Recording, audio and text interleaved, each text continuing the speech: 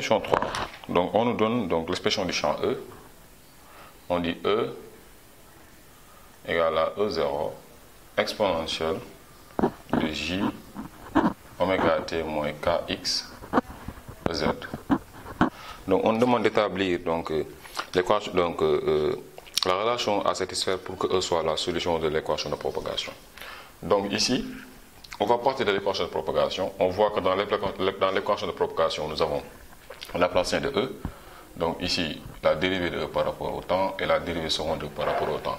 Donc ici, déjà le Laplacien égale à, donc c'est la dérivée seconde du champ. Mais par rapport à quelle variable? On regarde l'expression du champ E. Donc E dépend de x. Donc connaissant donc l'expression du champ E, on voit que E dépend de x. Donc le Laplacien donc, est défini comme étant donc, la dérivée seconde du champ par rapport à x. Donc les deux dérivées sont nulles. Voilà.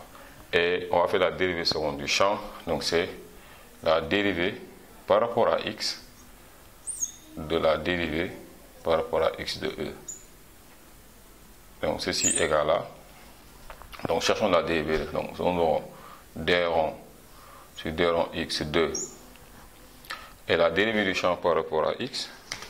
Donc ici c'est k qui est multiplié avec x, donc nous aurons moins kj, donc nous aurons moins kj E0 exponentielle de j oméga t moins kx Ez. Voilà, donc ce qui va donner donc la dérivée encore de ça. Donc nous aurons la dérivée de ça, de tout ça, égale à encore moins kj fois moins kj E0 exponentielle de j moins oméga t moins kx Ez. Donc ici, en développant, nous aurons moins plus, on aura donc j fois j, ça fait moins 1, donc nous aurons moins k carré. Donc, et tout ça, c'est E, donc c'est moins k carré E. Donc voilà le Laplacien de E. Voilà. Ensuite, on va chercher la dérivée du champ par rapport à E. Donc nous aurons ici d rond de E par rapport à t. Donc d rond de E par rapport à t est donné par donc la dérivée du champ par rapport à t. La variable qui est multipliée par t, c'est oméga. Donc nous aurons donc oméga, donc oméga j, donc fois E. Voilà, donc c'est oméga j fois E. Ensuite la dérivée seconde, donc d rond seconde de t. Donc d rond de E, donc la dérivée seconde de E par rapport à t, donc c'est la dérivée de ça. Donc ça va donner oméga j fois oméga j E. Donc qui n'est rien d'autre que moins oméga carré E. Donc connaissant tout ça, donc connaissant l'expression de la dérivée seconde, connaissant cette expression donc qui est d rond donc carré de E par rapport à t au carré égale à moins oméga carré E. Donc connaissant ces trois expressions, donc on va les insérer ici. Donc nous aurons moins k carré E